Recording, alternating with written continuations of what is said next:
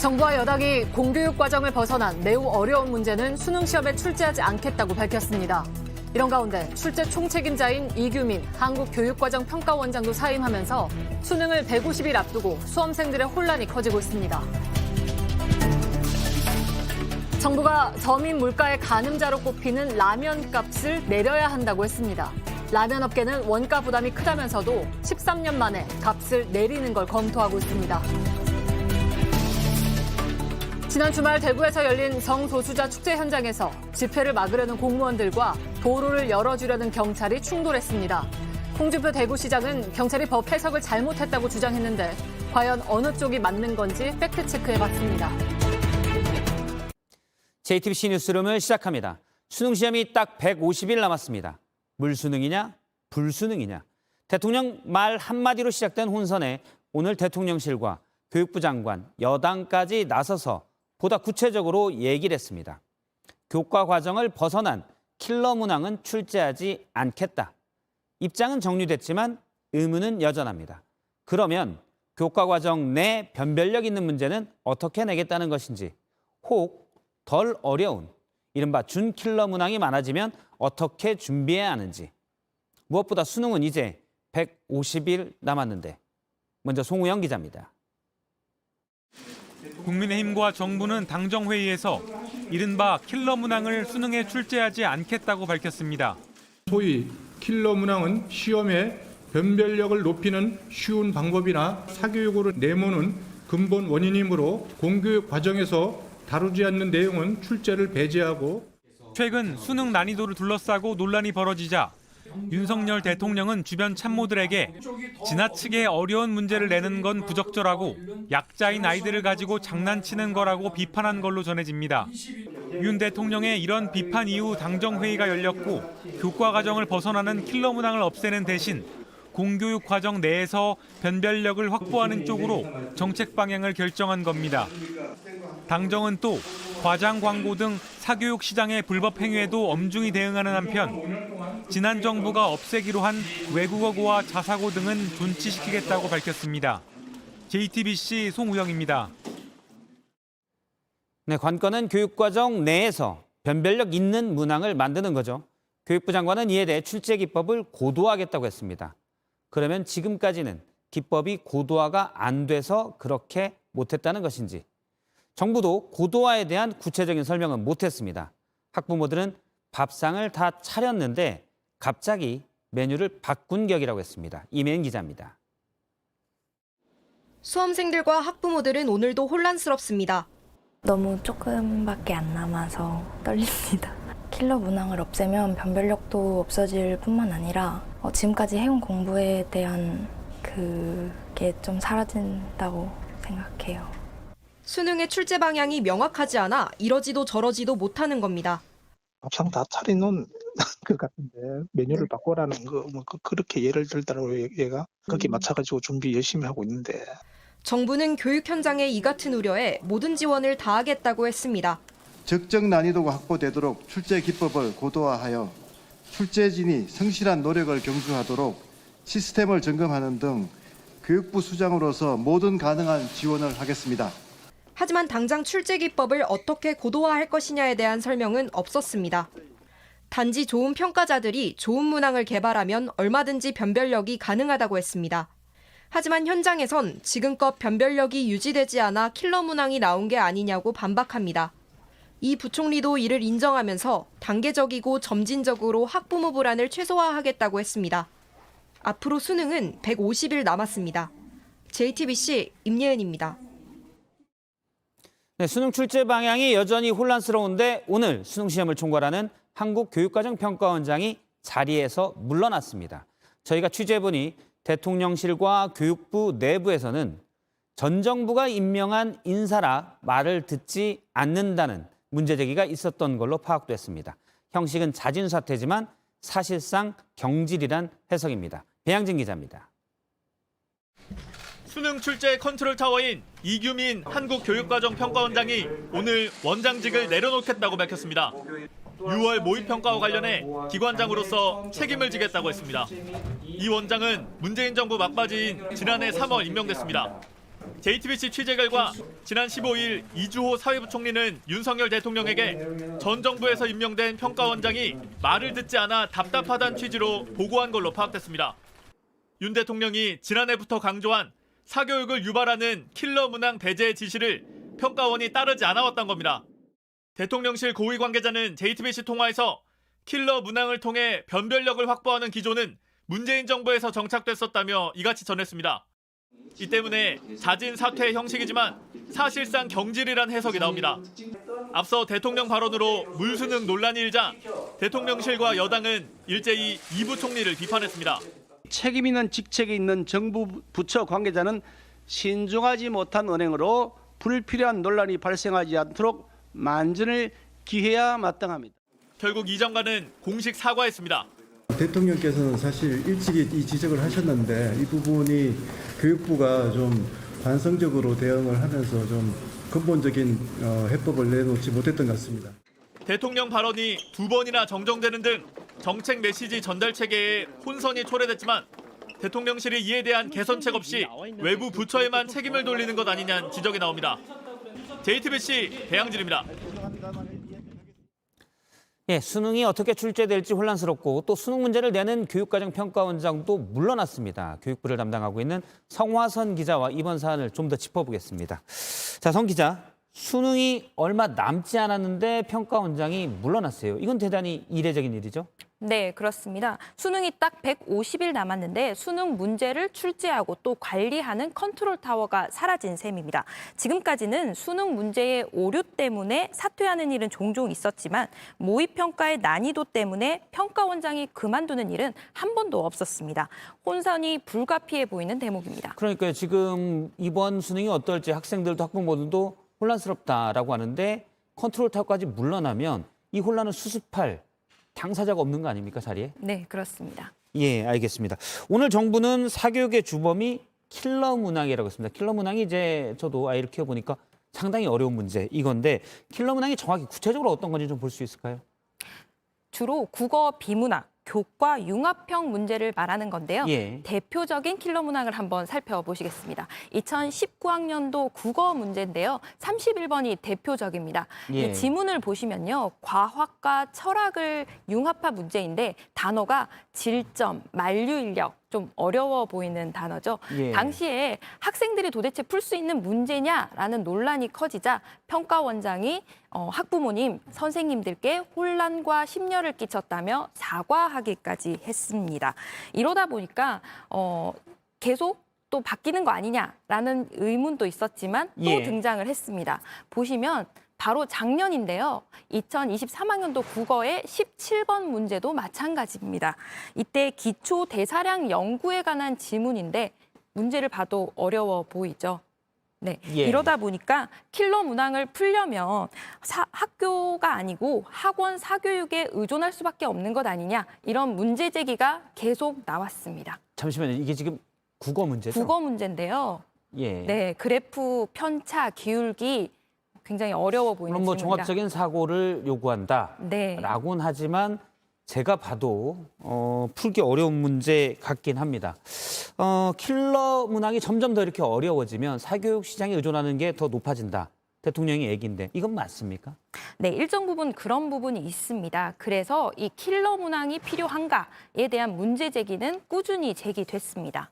그런데 너무 어려운 문제를 빼면 무슨 이제 문제 출제하는 사람들이 무슨 뭐 나쁜 마음을 먹고 어렵게 내는 게 아니라 너무 쉽게만 내다 보면 이게 상대평가는 학생들 간의 변별력이 없어서 특정 등급의 학생들이 몰리면 또 수능 시험이 의미가 없다 이런 얘기가 나왔기 때문에 변별력을 찾다 보니까 저렇게 된다 이런 주장도 있던데요. 네, 그렇습니다. 킬러 문항을 없애야 한다는 주장에 대해서는 공감하시는 분들이 많으실 것 같습니다. 예. 하지만 현실은 수능은 상대평가잖아요. 1등부터 이제 나오는 건데 이런 킬러 문항 없이 어떻게 변별력을 유지할 수 있냐 이런 문제가 남게 됩니다.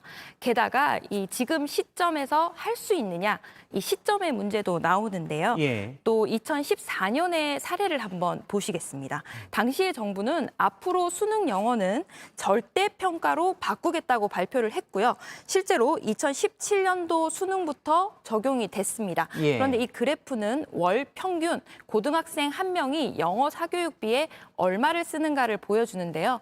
17년 이후로 줄어든 적이 없죠. 계속 늘어났습니다. 오히려 17년에 바꾸겠다고 했는데 더 늘어났군요. 네, 그러니까 크게 사실은 늘어났습니다. 학부모들 또 학생들 입장에서 뭔가 바뀌면 불안해서 여기에 컨설팅 해줄 수 있는 사교육에 더 의존하는 경향도 있다. 이렇게 볼 수 있습니까? 네, 이런 사례들을 종합을 해보면 어떤 정책이 바뀌었을 때 학부모들의 불안 때문에 오히려 더 사교육을 찾게 되는 현상이 나타나기도 하는 겁니다. 예, 그리고 앞서 이제 너무 교과 과정만 내다 보면 원래 수능이라는 게 좀 종합적인 사고를 요구하자 이런 취지였는데 그건 또 벗어난다 이런 지적도 있긴 하고요.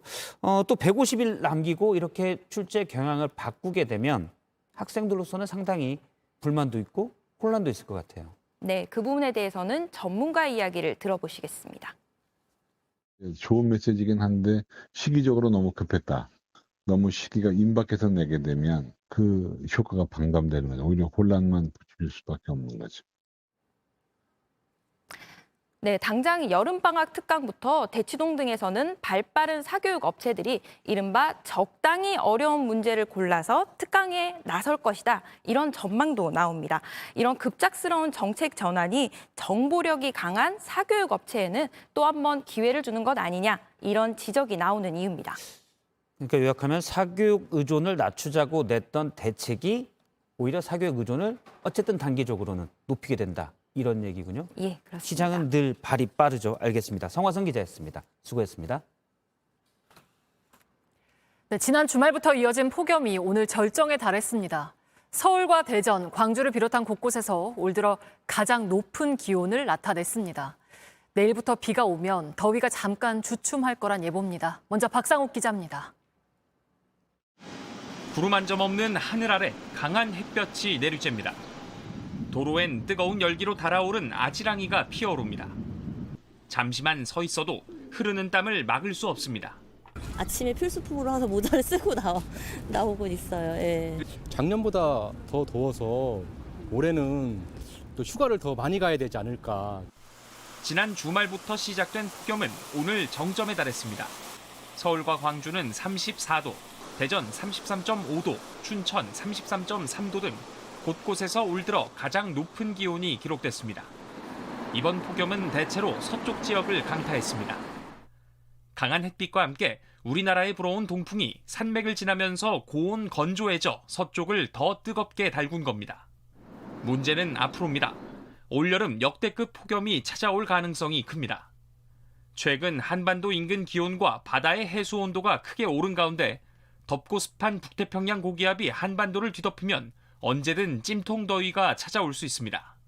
다만 이번 폭염은 내일부터 내리는 비로 잠시 주춤하겠습니다.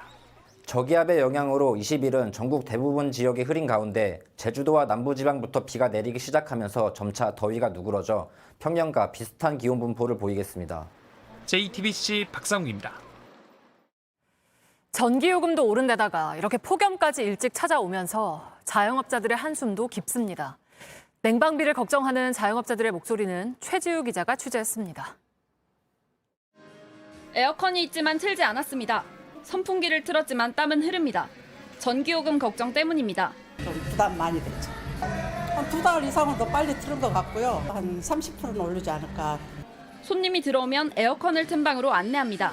방 한 10개 정도를 이렇게 한 라인으로 해서 이렇게 틀어놓기 때문에 손님이 한 명만 들어와도 다 틀어야 되니까. 24시간 운영하는 스터디 카페는 시간을 줄이는 거 말곤 방법이 없습니다. 지금은 거의 24시간 중에 한 서너 시간 빼놓고 다 돌리고 있고요. 지난해 여름에도 전기요금이 많이 나왔습니다. 올해는 2차례 전기요금이 더 올랐습니다. 올여름엔 얼마나 더 오를지 두렵습니다. 관리비를 포함해서 한 80만 원 선인데 진짜 많이 날 때는 120, 30만 원씩 훌쩍 넘으니까. 소상공인 연합회 측은 코로나 대출 상환 유예 기간이 다가오는데 전기요금까지 올랐다면서 감면 대책이 필요하다고 밝혔습니다. JTBC 최지우입니다. 에어컨은 한쪽에 찬바람을 내보내는 그만큼 반대편은 뜨거운 열기를 내뿜습니다. 열화상 카메라로 저희가 비교를 해보니 2km 거리를 두고 온도가 15도 차이가 났습니다. 에어컨 바람이 닿지 않는 이웃들의 이야기는 신진 기자가 전해드립니다. 쪽방촌 주민들은 한낮에도 밖에 나와 있습니다. 더워서 문을 열잖아요. 바퀴벌레밖에 안 들어와요. 창문이 없는 한 평짜리 방에선 더위를 피할 도리가 없습니다. 선풍기는 하는데 그 뜨거운 바람밖에 안 나온다니까. 주무실 땐 어떠세요? 못 한다니까. 밖에 나가야 된다니까. 지하는 좀 서늘할까. 선풍기 하나로 버티는 상황 비슷합니다. 뜨거운 바람밖에 안 나온다니까. 쪽방촌 골목을 열화상 카메라로 비춰봤습니다. 최고 기온이 55.4도까지 올라갑니다. 온도가 높을수록 붉은색, 낮을수록 푸른색을 띠는데 온통 새빨갛습니다. 네, 쪽방촌의 낡은 슬레이트 지붕은 열기를 그대로 흡수합니다. 손을 대기 어려울 정도로 뜨겁습니다. 비슷한 시각 쪽방촌에서 2km 떨어진 아파트. 비교적 열에 강한 자재로 지어졌습니다. 곳곳에 녹지도 있습니다. 아파트 입구와 산책로를 열화상 카메라로 확인하니 최고 기온 39.6도를 기록합니다. 쪽방촌보다 15도 이상 온도가 낮습니다. 임의적으로 합판으로 다 쪼개놓은 게 쪽방인 거잖아요. 그 방방마다 사실 다 공기가 가두어져 있고. 서울시는 쪽방촌에 에어컨을 설치하는 사업을 하고 있습니다. 취약계층 37만 가구에 냉방비를 5만 원씩 지원하는 긴급 대책도 내놨습니다. 하지만 근본적으로 열악한 주거 환경을 개선하지 않으면 한계가 있습니다. JTBC 신진입니다. 정부가 서민 물가의 가늠자로 꼽히는 라면 값을 콕 집어서 내려가야 한다고 강조했습니다. 정부의 압박 속에 업계는 원가 부담이 크다면서도 13년 만에 값을 내리는 걸 검토하고 있습니다. 공다솜 기자입니다. 추경호 경제부총리는 한 방송 프로그램에서 작심한 듯 라면값 얘기를 꺼냈습니다. 작년 말 대비도 약 20% 정도 내렸습니다. 밀가루 가격으로 올랐던 부분에 관해서는 가격을 좀 내리든지 해서 대응을 해줬으면 하는 바람입니다. 추 부총리가 라면을 정조준한 건 서민 물가에 미치는 영향이 가장 크기 때문입니다. 10년 전엔 10,000원으로 신라면 13봉지를 살 수 있었습니다. 이후 가격이 꾸준히 올라 재작년엔 12봉지로 줄었는데요. 지금은 10봉지만 살 수 있습니다. 2년 새 라면 가격이 2번이나 올랐기 때문입니다. 라면 회사들은 이상기후와 우크라이나 전쟁으로 크게 오른 국제 밀 가격을 반영했다는 입장입니다. 하지만 지난해 말부터 국제 밀값이 떨어졌는데도 라면 가격은 내리지 않았습니다. 결국 1분기에 라면 회사들은 모두 좋은 실적을 거뒀습니다. 밀가루가 요즘 또 내렸는데 올리는 거는 빨리빨리 올리고 내리는 거는 반영이 안 되니까 소비자들이 어쩔 수 없이 먹고 사야 되니까 사는 거고. 라면 업계는 정부에서 요청을 한 만큼 가격을 내리는 방안을 검토하기로 했습니다. 라면 값은 2010년 봉지당 최대 50원을 내린 이후 13년간 내린 적 없습니다. 소비자 단체에선 라면뿐만 아니라 과자와 빵처럼 국제 곡물 가격을 반영했다며 값을 많이 올린 다른 식품들도 가격을 내려야 한다는 지적이 나옵니다. JTBC 공다솜입니다. 김치 담글 때 쓰는 천일염에 이어서 이젠 반찬 만들 때 넣는 맛소금도 모자라다고 합니다. 당장 맛소금이 끊긴 조미 김 업체는 김을 만들지 못해서 비상이 걸렸습니다. 오원석 기자입니다. 장을 보러 나온 소비자가 소금을 사러 왔다가 발길을 돌립니다. 김치 담글 때 넣는 천일염에서 시작된 품귀 현상이 이젠 반찬이나 찌개 간 맞출 때 쓰는 맛소금으로 번지고 있습니다. 마트의 소금 코너입니다. 보시는 것처럼 맛소금이 텅 비어 있습니다.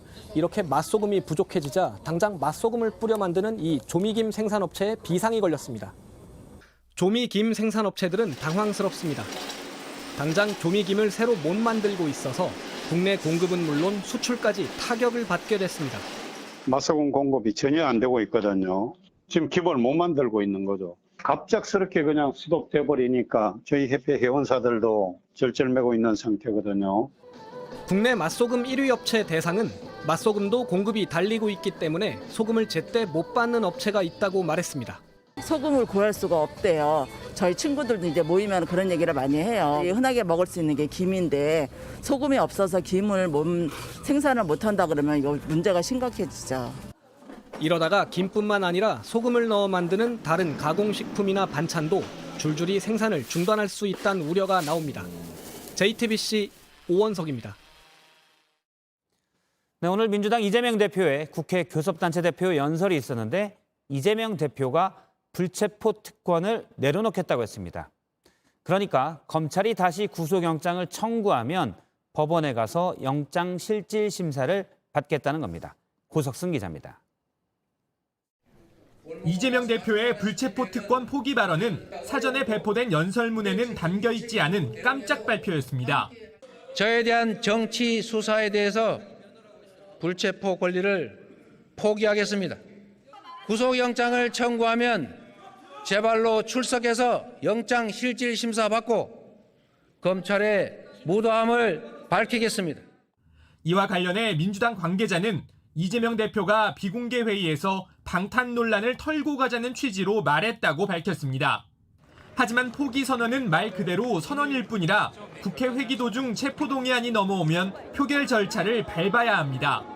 당론으로 가결을 시킬지 자율투표에 맡길지 등을 놓고 당내 갈등이 불거질 가능성이 여전히 남아있는 겁니다. 국민의힘은 지난 대선 당시 이 대표가 불체포 특권 폐지를 공약으로 내걸었다가 걷어들인 걸 거론하며 믿을 수 없다고 했습니다. 한번 써먹는 카드에 불과했던 것이었는데 이제 와서 다시 포기하겠다고 하니 그 말을 믿을 수가 없는 것입니다. 이 대표는 또 오늘 연설에서 윤석열 정부에 대해 민생과 정치, 외교, 안전 등을 포기한 오포 정권이라며 박한 평가를 내놨는데 민주당에선 박수가, 국민의힘에선 야유와 고성이 쏟아졌습니다. JTBC 고석승입니다. 불법 정치자금 수수 의혹과 사생활 논란에 휩싸인 황보승희 국민의힘 의원이 탈당했습니다. 내년 총선에도 나오지 않겠다고 했습니다. 하혜빈 기자입니다. 황보승희 국민의힘 의원은 2020년 총선과 지난해 지방선거를 앞두고 공천을 대가로 지역 정치인들에게 돈을 받았다는 혐의로 경찰 수사를 받고 있습니다. 최근에는 사실혼 관계에 있는 남성이 의원실 차량을 사적으로 썼다는 의혹까지 제기됐습니다. 논란이 커지자 국민의힘 당무감사위원회가 조사에 나섰습니다. 황보 의원은 그동안 전 남편의 사적 보복이자 정치적 공작이고 제기된 의혹들은 사실과 다르다며 법적 조치를 예고하는 등 강하게 맞서왔습니다. 하지만 사실혼 관계의 남성이 총선에 나오려고 당 지도부와 접촉했다는 의혹까지 불거지며 입지가 좁아졌습니다. 당내에서도 내년 총선에 부담이 될 수 있다며 거취를 정리하라는 압박이 있었던 걸로 전해졌습니다. 결국 황보 의원은 탈당과 함께 총선 불출마를 선언했습니다. 황보 의원은 소셜미디어에 심려를 끼쳐 사과드린다면서 스스로 책임지고 해결한 뒤 국민 앞에 당당히 서겠다는 입장을 밝혔습니다. 깊은 고뇌 끝에 선택을 하셨을 것으로 생각하고 당의 입장에서는 존중할 수밖에 없지 않겠냐. 황보 의원이 탈당을 선언하면서 당무감사나 윤리위 심사 등 당 차원의 조사는 이뤄지지 않을 예정입니다. JTBC 하혜빈입니다. 윤석열 대통령이 2030 부산 세계박람회 유치 등을 위해 4박 6일 일정으로 해외 순방길에 올랐습니다. 윤 대통령은 내일 파리에서 열리는 국제박람회기구 총회에 직접 참석해 부산을 지지해달라고 영어로 연설할 예정입니다. 부산과 함께 사우디아라비아 리야드, 이탈리아 로마가 경쟁하고 있는 가운데 2030년 엑스포 개최 도시는 오는 11월 결정됩니다. 네, 미국과 중국, 즉 미중 관계 속보입니다. 현재 토니 블링컨 미 국무장관이 중국을 방문 중인데 오늘 오후에 전격적으로 시진핑 중국 주석을 만났습니다. 미국 국무장관이 시 주석을 만난 건 5년 만입니다. 미국과 중국의 사이가 나쁠 대로 나빠진 터라 어떤 얘기들이 있었는지 궁금한데요. 베이징 특파원을 연결합니다. 자, 박성우 특파원, 시 주석과 블링컨 장관이 나눈 얘기가 공개됐습니까? 네, 시진핑 주석은 블링컨 장관을 만나 이번 방중이 중미 관계 안정에 긍정적 역할을 하기 바란다면서 국가 간 교류는 상호 존중과 성의로 대해야 한다고 했습니다. 미국이 중국의 입장을 존중해야 한다는 걸 우회적으로 지적한 겁니다. 양측이 이번 협의에서 일부 진전을 이룬 것은 좋은 일이라면서도 중국이 할 말은 다 했다고도 했습니다. 오늘 회담에선 시 주석이 회담장 가운데 앉아 블링컨 장관의 보고를 받는 형태를 취해 논란이 되고 있는데요. 지난 2018년 폼페이오 전 국무장관을 만났을 때 원형이었던 형태와 비교하면 확연히 다른 모습입니다. 중국이 우위에 있다는 걸 보여주기 위해 연출된 것이라는 지적도 나오고 있습니다. 예, 최근 미국과 중국은 서로 높은 수위로 비판을 하면서 사실상 충돌 양상이었는데요. 어쨌든 이번 회담으로 미중 관계의 흐름이 바뀔지가 관심인데요. 일단 전문가들은 이번 만남으로 미중 관계가 급진전할 것으로 보지는 않고 있습니다. 양측이 생각하는 긴장 해소 방안의 차이가 크기 때문인데요. 그래서 충돌 위험이 커지니 일단 브레이크를 서로 걸 필요가 있지 않냐는 정도에서 접점을 찾았다는 분석입니다. 블링컨 장관과 친강 외교부장은 무려 7시간 반의 마라톤 회담을 한 뒤 양국 모두 솔직하고 건설적인 대화를 나눴다고 했습니다. 일단 올 초 중국 정찰 풍선 사태로 얼어붙었던 양국 관계가 다소 완화될 거라는 관측이 나옵니다. 예, 지금까지 베이징에서 박성훈 특파원이었습니다. 미중 갈등이 잠시 쉬어가는 이때 북한에서는 낯익은 얼굴이 다시 등장했습니다. 김영철 전 통일전선 부장인데요. 정치국 후보위원으로 복귀했습니다. 한때 대남, 대미 강경 메시지를 쏟아내기도 했지만 남북 또 북미 정상회담도 주도한 바 있어 북한이 경색된 대외관계에 새 활로를 모색하는 것 아니냐는 관측도 나옵니다. 백민경 기자입니다. 김용철 동지를 당중앙위원회 정치국 후보위원으로 보선했습니다. 김영철은 지난 2018년과 2019년 남북 정상회담과 북미 정상회담을 주도했던 김정은 위원장의 최측근이었습니다. 하지만 하노이 회담이 결렬된 뒤 회담 실패 책임으로 물러난 걸로 알려졌습니다. 이번엔 통일전선부 고문이자 정치국 후보위원으로 복귀하면서 대남 업무나 대미 협상에 나서는 게 아니냐는 관측이 나옵니다. 북한은 이번 전원회의에서 군사기술적으로, 정치 외교적으로 예민하고 기민하게 대응하겠다고 밝혀 외교적 공간도 열어놓을 수 있다는 분석입니다. 그 어느 때보다 지금 정세가 힘든 상황이다. 또 이런 판단을 지금 하고 있는 거예요. 이런 상황 속에서 군사기술적으로도 대응하면서도 김영철 같은 노련한 인물을 다시 재등장시킴으로 인해서 투출액으로 북한은 또 군사 분야를 결산하며 군사 정찰 위성 발사에 실패한 게 가장 엄중한 결함이라며 빠른 시일 안에 다시 발사하겠다고 밝혔습니다. JTBC 백민경입니다. 네, 지난 토요일 대구 퀴어 축제에서는 낯선 광경이 벌어졌습니다. 지자체 공무원들과 경찰이 부딪혔습니다. 대구시의 홍준표 시장과 대구 경찰이 모두 상대방이 법을 어겼다 이렇게 주장하고 있습니다. 취재 기자와 누구 말이 맞는지 팩트 체크해 보겠습니다. 강버들 기자가 나오는데요. 강버들 기자, 먼저 일단 홍준표 시장이 퀴어 축제 이 집회를 왜 막은 건가요? 예, 이번 축제 때도 예년처럼 이 작은 전시장 같은 게 현장에 설치가 됐는데요. 예. 이걸 위한 도로 점용 허가를 미리 안 받은 이 불법 점거 집회라 막았다고 했습니다. 이 퀴어라서 막은 건 아니라는데요. 예. 이 도로 점용 허가를 내줄 만큼 공공성 있는 집회로 보기 어렵다는 지난 12일 글을 보면 이 신청을 했다고 허가가 나왔을까 싶긴 합니다. 예, 일단 집회 자체를 막은 건 아니고 집회를 하는데 도로 위에 설치되는 뭐가 좀 있는데 이건 따로 허가를 받아야 하는데 그걸 안 받았다. 그래서 막는다. 이 얘기인가요? 홍 시장의 주장은 그렇습니다. 경찰의 주장은 좀 달랐던 것 같아요. 네, 경찰은 도로 점용 허가 여부와 무관하게 신고된 집회는 보장돼야 한다는 게 경찰의 입장입니다. 예. 기존에도 그렇게 해왔다고 했고요. 우리 법원 역시 집회 허가제를 금지하고 있는 이 헌법의 취지에 비춰볼 때 공공질서에 직접적인 위험이 되는 시설물이 아니라면 이 허가 없이도 설치하고 집회도 할 수 있다고 보고 있습니다. 예. 그런데 홍준표 시장의 주장 중에 하나가 집회가 열린 동성로가 집회 제한 구역이다. 그래서 막을 수 있다. 이런 주장도 했던데 이건 맞습니까? 정확히는 집회 제한 가능 구역이라고 해야 합니다. 이 집시법 12조를 보면 이 교통소통을 위해 필요한 경우에 이 대통령령으로 정해놓은 주요 도로에서는 집회를 막을 수가 있습니다. 이런 데가 대구 9곳 등 전국에 88곳이 있습니다. 홍 시장이 말한 대로 집회 장소였던 동성로는 제한 가능 구역인 이 중앙대로에 속해 있습니다. 그런데 교통의 불편 정도를 따져서 이 집회를 제한할지 말지 결정한 주체는 지자체가 아니라 경찰입니다. 그렇기 때문에 결과적으로 법을 내가 더 잘한다는 홍 시장의 말은 틀렸습니다. 그러니까 집회 제한 가능 구역이지만 제한할지 말지는 경찰이 결정하는 건데 경찰이 그런데 해도 됩니다라고 했는데 홍준표 시장이 이건 막아야 됩니다라고 주장했다는 건가요? 네, 맞습니다. 예, 권한 박해의 일이었던 거네요, 결론적으로. 네, 그렇습니다. 알겠습니다. 홍 시장은 또 문재인 정부 들어서 집회 제한 법령이 사문화됐다 이런 주장도 했는데 이건 어떻습니까? 이 교통 불편을 이유로 한 금지가 확 줄어든 건 사실입니다. 이 집시법 12조를 두고 이 교통 불편보다 집회의 자유가 우위에 있다는 해석을 한 걸로 보이는데요. 이 탄핵 국면 때부터의 경찰 입장이기도 합니다.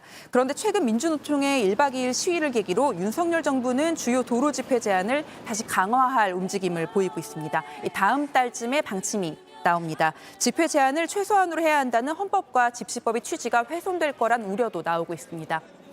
예, 강버들 기자와 팩트체크해봤습니다. 수고했습니다.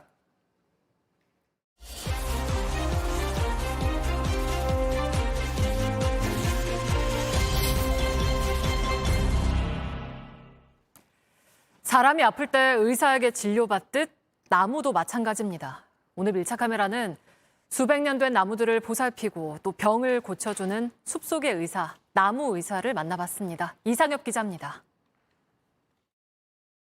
경남 하동의 300년 된 소나무입니다. 제 바로 옆에 왕진 가방을 든 남성도 찾아왔습니다. 숲속의 외과의로 불리는 나무 의사입니다. 2년 전 이곳으로 옮긴 나무가 잘 자라는지 살펴봅니다. 최근 더운 날씨가 걱정입니다. 지금 최고 온도가 42도고 혹시나 태양광으로 인해서 나무가 수피가 화상을 입는지. 잎을 떼서 현미경으로 살펴보니 벌레에 물린 자국이 보입니다. 하얀 점들이 있죠. 숨구멍입니다. 이쪽으로 호흡을 합니다. 벌레들이 숨구멍을 막으면 나무가 잘 자랄 수 없습니다. 잎에 흡접을 해서 엽록소를 파괴를 시켜요. 나무 의사는 국가기관에서 150시간의 교육을 받습니다. 2번의 시험을 통과해야 나무 의사가 될 수 있습니다. 이렇게 1,100여 명이 뽑혔습니다. 이달 말부터 공식적으로 업무를 시작합니다. 오래된 숲을 보호하는 게 가장 중요한 임무입니다. 국가산림 문화자산 87곳 중 한 곳에 와봤습니다. 생태적 보존 가치가 높은 숲입니다. 200년 된 왕버들나무는 지금 상태가 어떨지 한번 살펴보겠습니다. 나뭇잎에 벌레가 살고 있습니다. 치명적인 병해충은 아닙니다. 이 나무가 충분히 극복할 수 있습니다. 벌레도 나무도 자연의 일부입니다. 나무들은 어떻게 보면 생명을 담는 그릇입니다. 자연 생태계는 공존하는 것이 가장 기본 원칙이거든요. 수백 년 된 나무들을 지키는 것도 이들의 몫입니다. 12년 전 산림청이 보호수로 지정한 나무도 찾아가 봤습니다. 11그루가 한 그루의 나무처럼 그렇게 모여 있다고 해서 멀리서 보면 한 그루, 가까이서 오면 11그루. 그런데 하늘에서 바라보니 잎이 붉게 바뀌었습니다. 나무가 말라 죽은 겁니다. 평균 기온이 0.5도씩 1도씩 일이 상승하면 나무한테 받는 충격은 우리 상상 이상으로 충격을 받아요. 전문가는 기후 변화로 300년 된 보호수가 사라지게 됐다고 말합니다. 나무는 서서 이동하지도 못하고 움직이지도 못하고 타고난 그 면역 체계밖에 없어요. 그래서 외부에 자기가 경험하지 못한 그런 병이나 해충을 탁 만나면 완전 무방비입니다. 하지만 나무가 서서히 죽어가는 동안 아무도 알아채지 못했습니다. 사람은 내가 직접 아프면은 뭐 직접 병원을 갈 수도 있고 나무는 표현을 할 수가 없으니까. 숲은 생태계에 꼭 필요합니다. 숲이 건강해야 환경도 지킬 수 있습니다. 우리가 나무를 잘 들여다보고 보살펴야 하는 이유입니다. 밀착 카메라 이상혁입니다. 네, 권경의 변호사 사건 기억하시나요? 학폭 피해자가 소송을 제기했는데 변호사가 3번이나 재판에 나가지 않아 소송은 졌고 학폭 피해자 측도 구제받을 길이 없어졌던 사건입니다. 대한변협이 조금 전에 권경의 변호사에 대한 징계를 결정했습니다. 대한변협에 나가 있는 여도현 기자를 연결해 몇 가지를 물어보도록 하겠습니다. 여도현 기자, 네, 먼저 징계 결과부터 전해주시죠. 네, 방금 정직 1년으로 결정됐습니다. 권 변호사는 지난 2015년 학교 폭력에 시달리다 세상을 떠난 박양 측의 소송을 대리했는데요. 하지만 지난해 9월부터 3번 연속으로 재판에 나가지 않아 결국 패소했습니다. 변호사에 대한 징계는 영구 제명부터 제명, 그리고 견책, 정직, 과태료 처분 등 총 5가지로 나뉘는데 앞서 조사위는 최소 6개월 이상의 정직이 필요하다고 건의했습니다. 만약 권 변호사가 영구 제명을 당해서 변호사 업무를 하지 못한다면 피해 보상을 할 수 없다, 이런 이유를 댔습니다. 예, 피해 보상 문제가 또 걸리는군요. 일단 정직 1년이면 이게 어떤 수위인지 가늠하기가 지금은 그런데 피해자 측의 입장은 어떻습니까? 네, 오늘 박양 어머니는 딸의 영정사진을 들고 직접 이곳까지 찾아왔습니다. 아무래도 어머니는 더 강한 처벌이 필요하다 계속 주장했는데요. 이 이야기는 잠시 들어보겠습니다. 저는 마음 같아서는 영구제명이라고 지금까지도 저는 생각을 해요. 변호사 자격 박탈입니다. 그래서 위원들한테 저는 이런 사람이 어떻게 변호사를 계속 해서 되느냐. 네, 결정 직후에는 어머니가 어이가 없다면서 눈물을 보이기도 했습니다. 이 결정은 권 변호사가 30일 이내에 이의 신청을 하지 않는다면 그대로 확정됩니다. 지금까지 대한변호사협회에서 JTBC 여도현입니다. 네, 오늘 새벽 필리핀 세부에서 인천으로 향하던 제주항공 비행기에서 한 승객이 난동을 부리며 문을 열려고 시도했습니다. 지난달 아시아나 항공기의 비상문이 열렸던 때와는 달리 이번엔 훨씬 높은 9,000m 상공에 있었기 때문에 다행히 문은 열리지 않았습니다. 김도훈 기자입니다. 오늘 오전 온라인 여행 카페에 올라온 글과 사진입니다. 반바지 차림의 남성을 공항 직원이 붙들고 있습니다. 글을 쓴 사람은 이 남성이 비행기 안에서 비상문을 열려고 시도했다고 적었습니다. 비행기 공포증이 생길 것 같다는 글엔 아찔한 당시 순간에 찍은 사진도 있습니다. 사건은 현지 시각 새벽 1시 40분쯤 필리핀 세부에서 승객 180여 명을 태우고 출발한 제주항공 여객기에서 일어났습니다. 이륙 1시간 뒤쯤 비상구 앞좌석에 앉은 한 남성이 가슴이 답답하다고 말한 뒤 비행기 출입문을 열겠다며 갑자기 난동을 부리기 시작했습니다. 승무원들이 제지했지만 여러 차례 문 쪽으로 다가가며 문을 열어 모두 위험에 빠뜨리겠다고 소리친 것으로 알려졌습니다. 다행히 당시는 약 9,000m의 높은 고도로 날고 있어 압력 차이 때문에 사람의 힘으로 문을 열 수 없는 상황이었습니다. 승무원과 다른 승객들은 힘을 합쳐 재빨리 남성을 제압해 자리에 묶었습니다. 기내 난동 승객 발생했으나 당사 승무원들의 신속한 조치로 인적, 물적 피해가 없었습니다. 해당 승객을 항공편 도착 후 공항 경찰대에 이관했습니다. 인천공항 경찰단은 난동을 부린 19살 남성을 항공보안법 위반 혐의로 체포해 범행 경위를 조사하고 있습니다. JTBC 김도훈입니다. 눈에 보이지 않을 만큼 아주 적은 양의 마약도 찾아내는 기계가 있습니다. 1억 분의 1g까지 찾아낸다고 하는데 배우 유아인 씨 집에서도 이걸로 마약 흔적을 찾아냈던 것으로 확인됐습니다. 연지환 기자입니다. 수사관들이 소파를 뒤집습니다. 밑을 가리고 있던 천을 뜯어냅니다. 안쪽을 구석구석 닦아냅니다. 준비된 기계에 놓고 분석합니다. 잠시 뒤 마약이라고 선명하게 뜹니다. 검찰은 지난 3월 마약 밀수범의 집에서 이렇게 마약을 찾아냈습니다. 밀수범은 당초 더 이상 마약은 없다고 발뺌했습니다. 박스 하나가 전부고 다른 데는 아무 지저가도 없습니다. 하지만 마약 스캐너에 덜미를 잡힌 겁니다.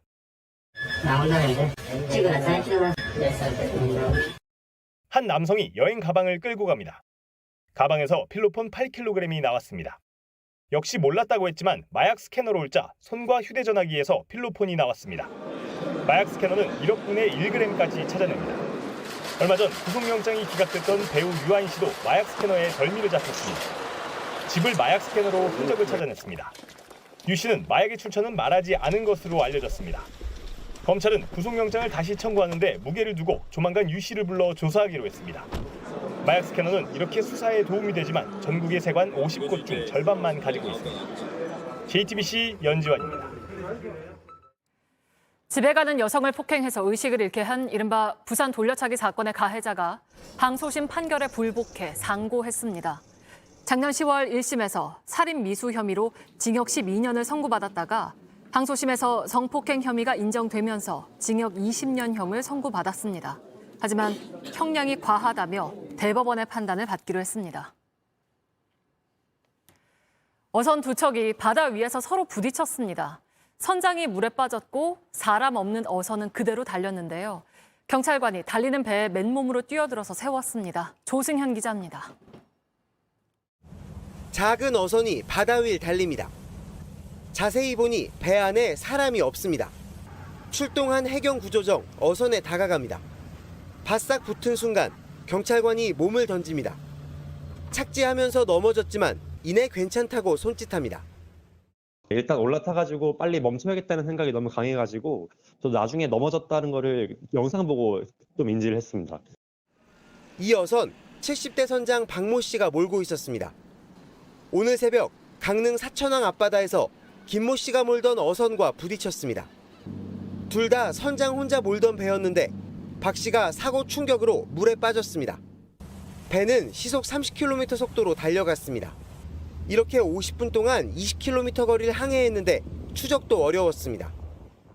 파도가 치면은 이 선장이 없으니까 계속 왼쪽으로 갔다 오른쪽으로 갔다 이렇게 바뀌니까 몸을 던진 경찰관의 용기가 더 큰 사고를 막았습니다.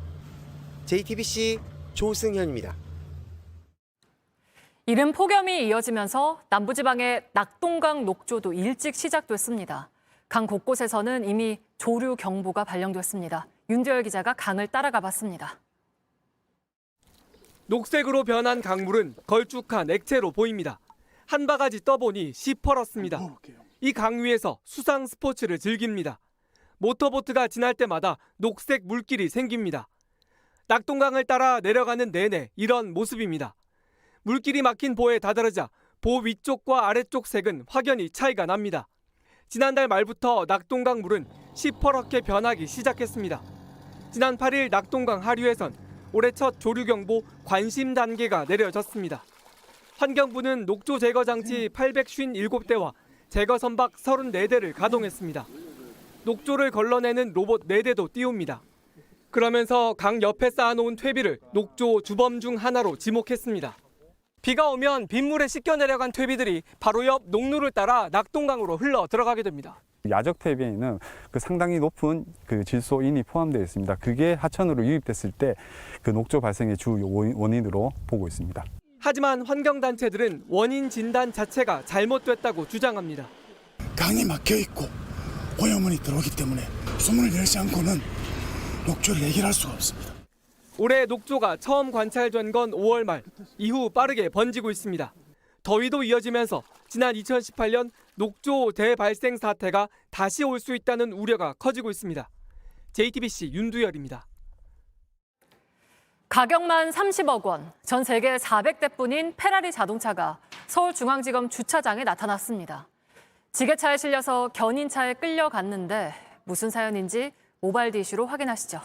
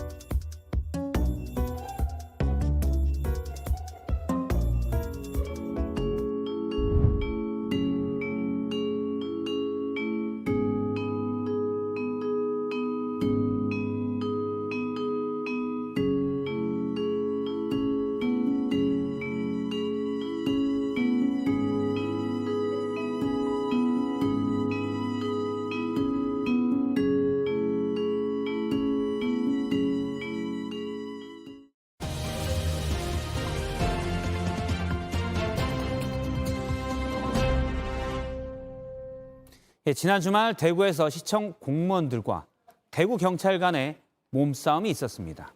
이렇게요. 제가 50년 넘게 살면서 시청 공무원하고 경찰하고 집단 대 집단으로 이렇게 밀고 밀리는 몸싸움을 벌이는 것은 처음 봤습니다. 따지고 보면 각자 자기 할 일 한다는 측면에서 이게 민주주의인가 싶기도 하지만 좀 더 보겠습니다. 앞서 팩트체크에서 누가 잘못했는지는 짚었으니 법적인 잘잘못은 다시 보기에선 얘기하지 않겠습니다.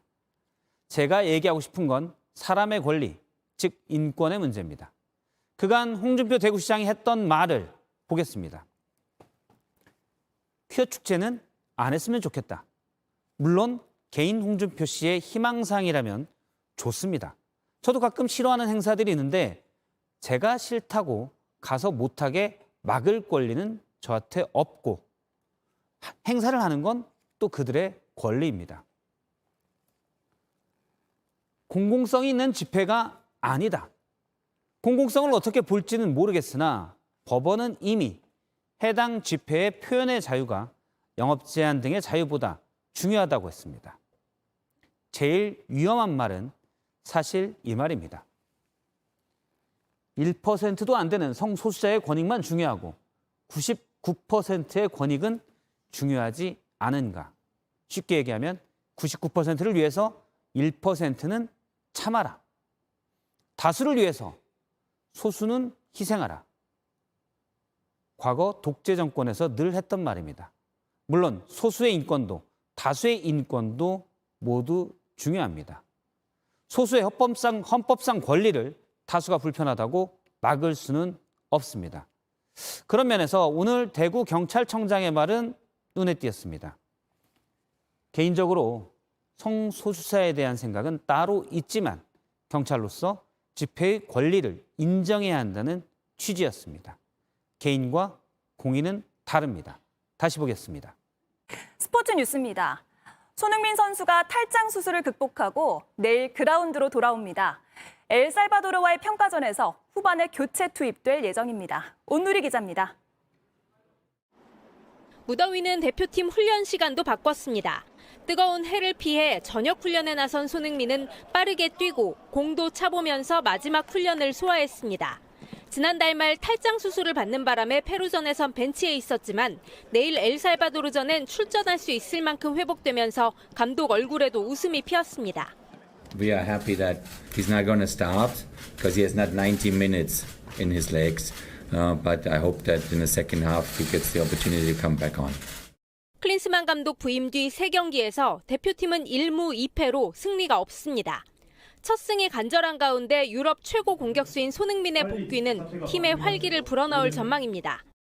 감독님께서 아직 첫 승을 못 거두셨는데 선수들도 그런 거를 얼마나 큰 의미를 가지고 있는지 잘 알고 있어서 좋은 경기, 또 재밌는 경기, 또 승리하는 경기를 할 수 있었으면 좋겠습니다. 엘살바도르는 피파 랭킹 75위로 27위인 우리보다 순위가 한참 낮고 사흘전엔 일본에 0대6으로 졌습니다. As coach of USA played El Salvador 3 months ago and barely won 1-0 at home. The game, I told the team already that they not measure El Salvador on this defeat in Japan. The game was over in Japan after 3 minutes. 이번 소집 명단엔 손준호가 포함돼 있는데 중국에서 사법 처리를 받을 가능성이 높아졌습니다. 클린스만 감독과 손흥민은 선수와 가족을 위해 기도한다며 9월엔 함께하길 희망한다고 밝혔습니다.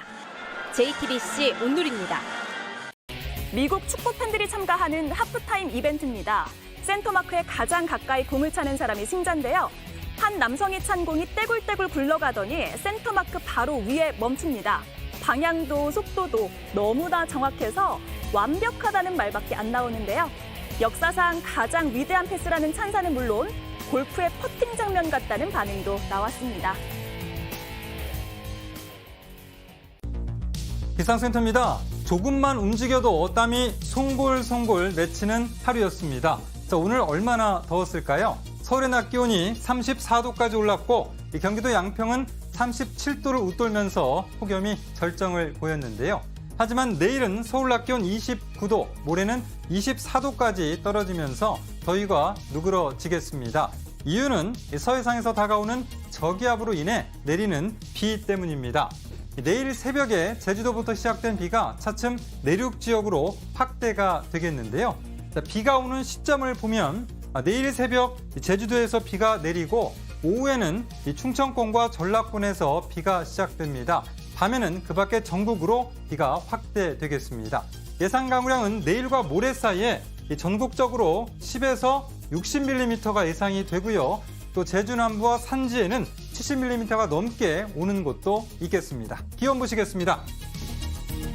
아침 기온은 서울 22도, 대전 20도, 광주 21도 등으로 오늘과 비슷하겠습니다. 낮 기온은 서울과 전주, 대구 모두 29도 등으로 오늘보다 3도에서 7도가량 낮겠습니다. 자, 모레 내리는 비는 오후에 대부분 그치겠고요. 주 후반에는 다시 기온이 상승하면서 30도 안팎의 낮 더위가 이어지겠습니다. 날이 더워지면서 시원한 음료를 찾게 되고 얼음 사용도 늘게 되는데요. 각진 큐브 모양의 얼음보다는 어느 얼음이 더 오래 갈까 한번 살펴보면 바로 동그란 얼음입니다. 이 동그란 형태의 얼음이 공기나 물체와 접촉하는 표면적이 좁아서 더 천천히 녹습니다. 반면 음료를 빨리 차갑게 식히려면 빨리 녹는 큐브 형태의 얼음을 선택하면 됩니다. 아울러 얼음이 우리를 시원하게 해주지만 얼음을 자주 씹게 되면 충격이 누적돼서 치아에 균열이 생길 수가 있고요. 또 그러면서 이가 시릴 수가 있습니다. 또 얼음 빙수를 먹은 뒤에는 입안에 당분이 남기 때문에 바로 헹궈줘야 되고요. 또 뜨거운 음식과 차가운 물을 동시에 먹게 되면 입안의 온도 차이로 인해서 치아의 부피가 늘어났다 줄어들면서 치아 표면에 금이 갈 수 있어서 조심해야 합니다. 지금까지 기상센터였습니다. 네, 유튜브로 이어지는 뉴스룸 뒤에선 대통령 수능 발언 관련 논란과 또 대구시청과 경찰청의 충돌 논란 짚어보겠습니다. 네, 오늘 뉴스룸은 여기까지입니다. 여러분 고맙습니다.